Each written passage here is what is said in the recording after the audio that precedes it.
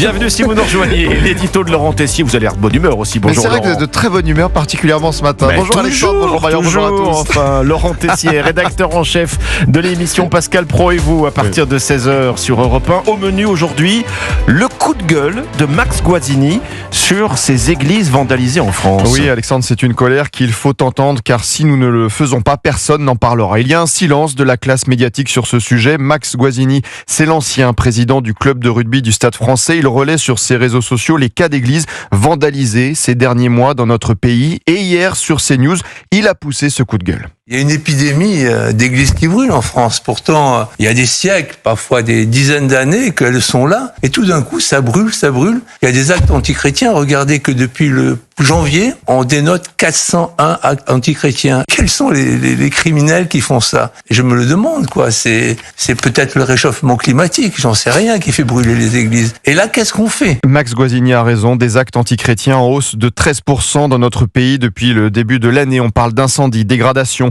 profanation, agression verbale ou physique, plus 24% de vols, et pas besoin de chercher longtemps. Par exemple, 2 églises vandalisées il y a un peu plus d'une semaine en Seine-Saint-Denis, à Pantin et la Courneuve par un clandestin, mais aussi dans l'Eure, Charente-Maritime, 3 églises cambriolées dans l'Aisne. Je rappelle qu'il avait fallu renforcer la protection des lieux de culte pour le 15 août. C'était la demande du ministre de l'Intérieur, Bruno Retailleau, et pour Max Guazzini, ce n'est plus possible. Tous les catholiques sont trop gentils. On est là et on va être encore là. Et il faut se défendre. On peut plus subir ce qu'on subit. On peut plus subir que dans les grands offices, il y a la police qui nous protège.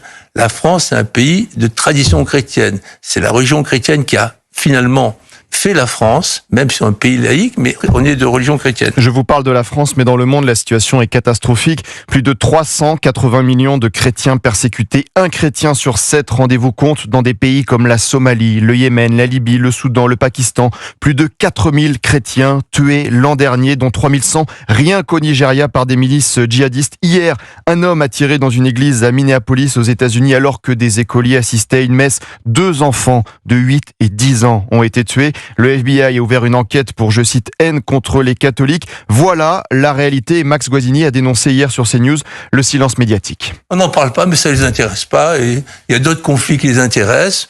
Les journalistes s'en foutent, quoi. Mais oui, où sont les grands humanistes de notre époque qui lancent les belles paroles du vivre ensemble? Où sont les grands donneurs de leçons? Max Guazzini est l'une des rares personnalités à prendre la parole sur ce sujet. Vous entendez le monde culturel, les artistes, les sportifs?